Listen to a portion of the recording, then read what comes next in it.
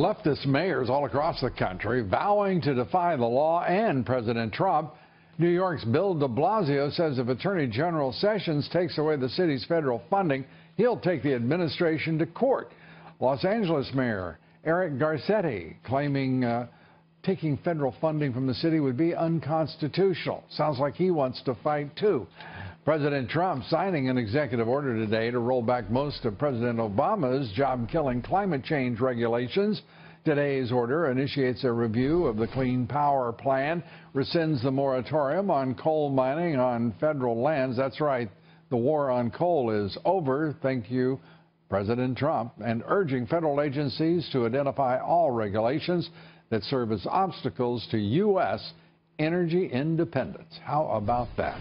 Well, joining me now to talk about the president's action reversing the Obama administration's war on coal miners and coal, Republicans regrouping on health care, a lot more. Leading conservative president of the Heritage Foundation, former Senator Jim DeMint. Jim, great to have you with us. Let's start with these executive actions. The president is on a roll, and he is organizing, let's put it this way, American economic life in a hurry. Back to principles of free enterprise, free markets, and energy independence. Mm-hmm. I'm glad you're bringing that up, Lou, because a lot of folks are just focusing on health care. Behind the scenes, the president has done a whole lot his first couple of months in office, opening back up the energy markets, taking out a lot of regulations across the business sector, Jeff Sessions notifying cities. And we need to make a point here, Lou. This is not just all federal funds. This is federal money designed to help cities enforce our immigration policy. If they don't enforce our immigration policy, they shouldn't get the funds that are designated to do that. So the president's really on a roll, as you said, and hopefully Congress can help him out on some of the things that have to go through the Congress. Well, Congress, the leadership, and particularly Speaker Ryan, certainly didn't help him much on the repeal and replace of ObamaCare and new legislation, the Speaker's bill. Speaker Ryan talked for weeks about he had the votes right up until the last few days, and I understand that within one of those days he was also telling the president he had the votes, when clearly he did not. The Tuesday group wasn't even with them. People focus on the Freedom Caucus, but the fact is the moderates, so-called moderates, they weren't with the legislation or the Speaker either. Lou, it's very disappointing because Republicans passed a repeal bill when Obama was president. Every Republican in the House and Senate voted for it. They sent it to the president.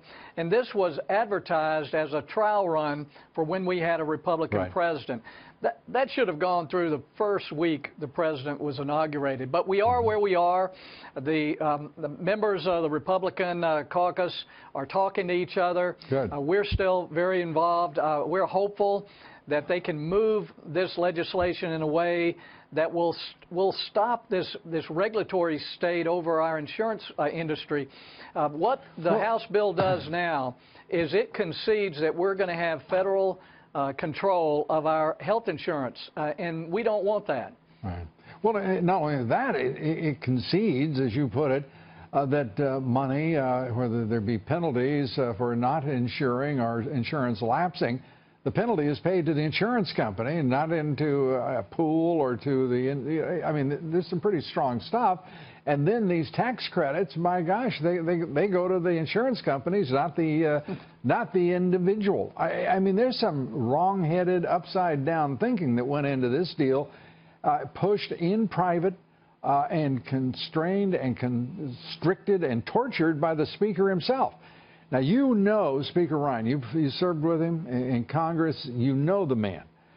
Do you think he's learned a damn thing as a result of this, or is he going to continue on a self-destructive, well, if it were just him, it'd be one thing, but a destructive path, again, on any one of these issues, whether it's tax reform or the bringing back the repeal and replacement of Obamacare? Is he learning anything? He had a good press conference today, and he indicated he wanted to continue to work with all sides of this, as well as with the president. It was a good signal when you stopped bashing the Freedom Caucus. I believe these are the real patriots in Congress right now, and they're right in the center of the Republican platform. So I think the Speaker is going to take a more aggressive approach working with conservatives. At least that's my hope.